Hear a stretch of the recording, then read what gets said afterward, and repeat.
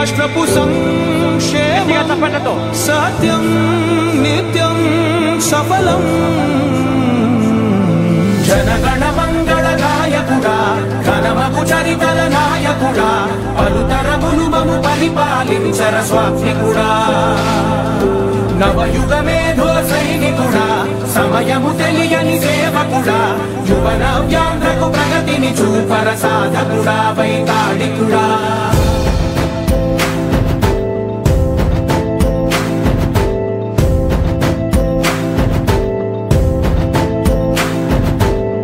ప్రతి ఇల్లు నిన్నే నిన్నే పిలిచింది,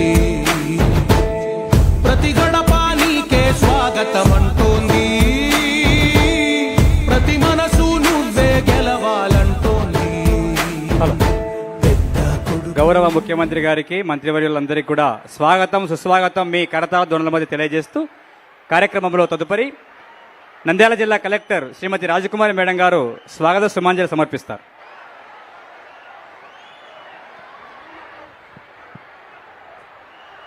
దయచేసి అందరూ కూర్చోవలసి తెలియజేస్తా ఉన్నాం.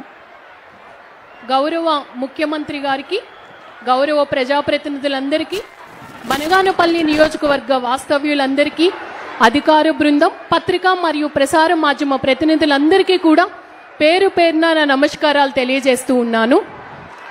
మీ భూమి మీ హక్కు ప్రభుత్వ రాజముద్రతో కూడిన పట్టాదార్ పాస్ పుస్తకం పంపిణీ కార్యక్రమానికి ఈరోజు మన గౌరవ ముఖ్యమంత్రి గారు బనగానపల్లికి విచ్చేయడం చాలా సంతోషం. మనందరి కరతాళ ధ్వనుల మధ్య గౌరవ ముఖ్యమంత్రి గారికి స్వాగతం తెలియజేస్తూ, సార్, నంద్యాల జిల్లాలో మనకి 432 రెవెన్యూ గ్రామాలు ఉన్నాయి. ఇప్పటి వరకు 203 గ్రామాల్లో 1,10,000 మందికి పట్టాదార్ పాస్ పుస్తకాలు పంపిణీ చేయడం జరిగింది. ఇంకను 229 గ్రామాల్లో 2,75,000 మందికి పట్టాదార్ పాస్ పుస్తకాలు పంపిణీ చేయాలి.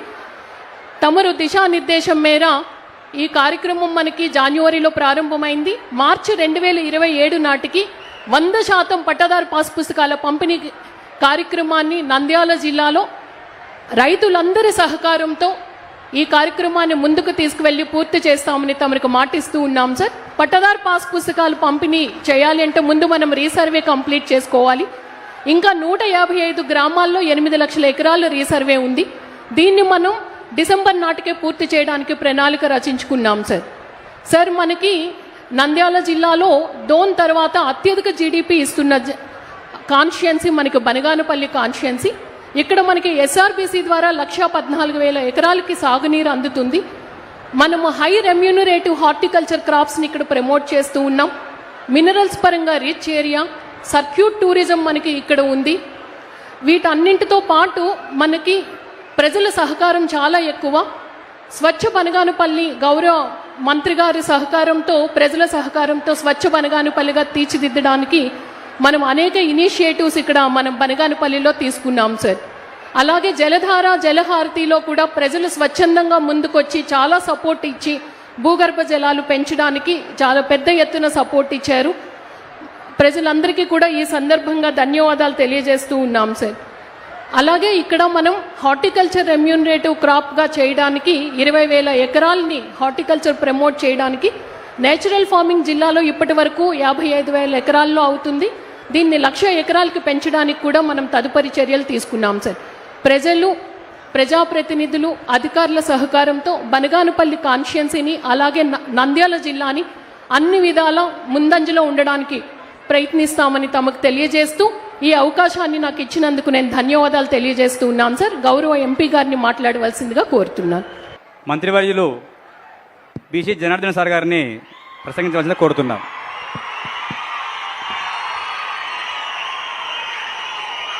బ్రహ్మంగారు నడియాడిన నేల మీద ఈరోజు మీ భూమి మీ హక్కు కార్యక్రమానికి విచ్చినటువంటి గౌరవ ముఖ్యమంత్రి గారు శ్రీ నారా చంద్రబాబు నాయుడు గారికి, అభివృద్ధి ప్రదాత గారికి, వేదిక మీద ఉన్నటువంటి నాయకులకు, అదేవిధంగా నా ప్రాణ సమానమైన తెలుగుదేశం పార్టీ కార్యకర్తలకు, బనగానపల్లి నియోజకవర్గ ప్రజలకు, ప్రతి ఒక్కరికి కూడా పేరు పేరున నా హృదయపూర్వక నమస్కారాలు తెలియజేసుకుంటా ఉన్నాను. సార్ ఇక్కడ ముఖ్యంగా మీరు పెట్టినటువంటి ఈ యొక్క రాయలసీమకు కానీ నంద్యాల పార్లమెంటుకు కానీ గతములో 5 సంవత్సరాలు అధికారంలో ఉన్నారు సార్. ఆ 5 సంవత్సరాలు వాళ్ళు అరాచక పాలన చేశారు. ఏ రోజు అభివృద్ధి గురించి ఆలోచన చేయలేదు.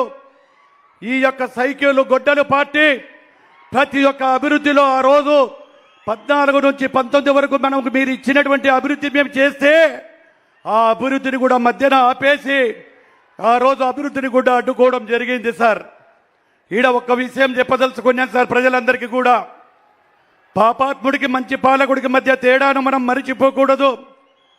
ఫ్రాక్షన్ కాదు ఫ్యాక్టరీలు రావాలి, కచ్చలు కాదు కంపెనీలు రావాలి, వలసలు కాదు వెలుగులు రావాలి. ఆయన మన జీవితాలు మారుస్తాడు. మనం చేయాల్సింది చెప్పింది ఫాలో అవ్వడమే. 5 ఏళ్లు సీమకు ద్రోహం చేసినటువంటి మీరు ఏమి చేశారు రాయలసీమకు? నేను అడుగుతున్న రాయలసీమకు ఈ యొక్క గొడ్డలి పార్టీ నాయకుల్ని ఈరోజు ఈ ప్రజావేదిక ద్వారా మా గౌరవ ముఖ్యమంత్రి ముందర ఎక్కడ డిబేట్ పెట్టినా రాయలసీమకు మీరేం చేశారో నేనేం చేశానో చెప్పడానికి రెడీగా ఉన్నాం.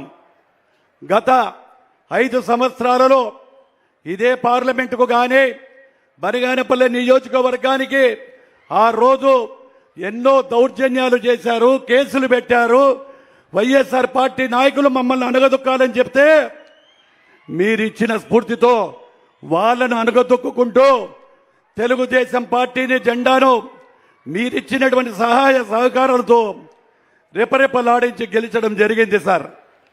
ఈరోజు మీరు వచ్చిన తర్వాత మా నియోజకవర్గానికి రాష్ట్రంలో అడిగిన వెంటనే ఆర్టీఓ ఆఫీస్ ఇచ్చినందుకు మా నియోజక ప్రజల తరపున మీకందుకు శిరస్సు ఉంచి పాదాభివందనం చేస్తా ఉన్నాను సార్.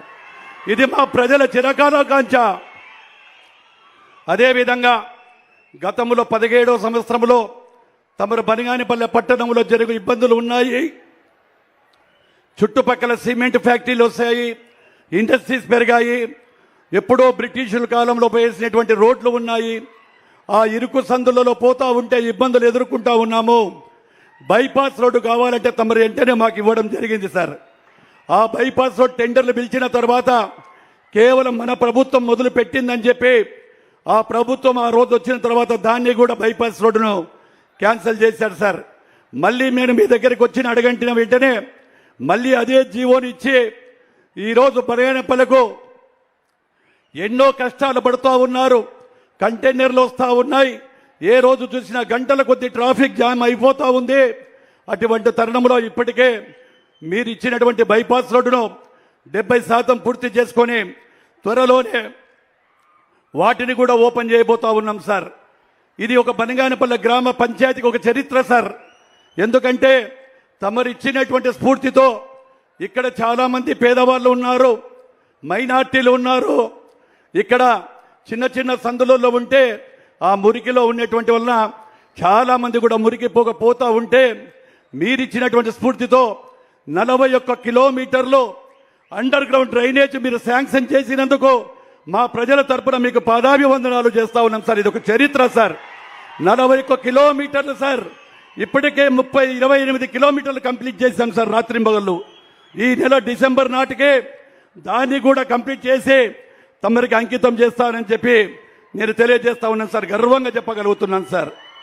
ఇది ఒక్కటే కాదు సార్, ఈ యొక్క గ్రామీణ వ్యవస్థను నిర్వీర్యం చేయడం జరిగింది. వారు గ్రామీణ వ్యవస్థను నిర్వీర్యం 5 ఏళ్లు చేస్తే ఇప్పటికే ప్రతి గ్రామంలో కూడా ఎన్ఆర్జీఎస్ ద్వారా కానీ డిఎంఎఫ్ ద్వారా కానీ ప్రతి గ్రామానికి 80 లక్షల నుంచి ₹1 కోటి వరకు నిధులు వెచ్చించి చాలా గ్రామాల్లో కూడా చేయడం జరిగింది సార్. ఈరోజు వైఎస్ఆర్ పార్టీ నాయకులు చెప్తా ఉన్నారు, ఈ చుట్టుపక్కల ప్రాంతంలో తమరు 17వ సంవత్సరంలో ఒకటే సింగిల్ యూనిట్ మీద రాముకో పరిశ్రమను మాకిచ్చి ఈరోజు 1000 మందికి మాకు స్ఫూర్తిదాయకమయ్యారు. ఇదే గొడ్డలి పార్టీ వారు, ఇదే గొడ్డలి పార్టీ నాయకుడు జగన్మోహన్ రెడ్డి గారు ఆ రోజు ఆల్ట్రాటెక్ ఫ్యాక్టరీ వాళ్ళు కట్టాలంటే కమిషన్ల కోసం ఇవ్వాలని చెప్తే ఈరోజు తమరు వచ్చిన తర్వాత ఈ యొక్క ఆల్ట్రాటెక్ ఫ్యాక్టరీకి ఇస్తే అది కూడా తమరి చేతుల మీద 3-4 నెలలలో అది కూడా ఓపెన్ కాబోతుందని గర్వంగా చెప్పగలుగుతా ఉన్నాను సార్. అదేవిధంగా ఈరోజు నియోజకవర్గంలోనే కాదు, చుట్టుపక్కల కూడా నంద్యాల ప్రాంతంలో గుంతలమయమైనటువంటి ఈ రాష్ట్రాన్ని తమరు ఇచ్చినటువంటి ఆదేశాల మేరకు జిల్లాలో ఎక్కడ కూడా గుంతలు లేని విధంగా చేసి ఆర్ఎండ్బి రోడ్లు కూడా వేయడం జరిగింది సార్. ఇక్కడ ఒక్కరికి తమరికి మేము ఒకటే అడుగుతా ఉన్నాం సార్. ఎస్ఆర్బిసి 1990లో ఇక్కడ వేయడం జరిగింది. దాని తర్వాత 1990 తర్వాత కింద కాలువలకు నీళ్లు పోవడం లేదు. అవన్నీ కూడా చాలా ఇబ్బందులు పడుతున్నాం.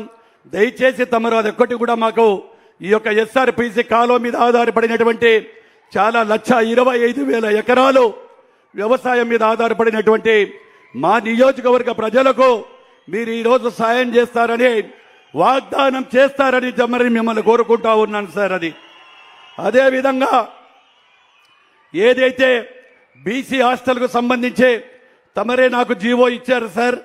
దాదాపుగా 900 మంది విద్యార్థులు 900 మంది విద్యార్థులకు ఇక్కడ వసతి సౌకర్యం లేక ఇబ్బందులు పడుతూ ఉన్నారు.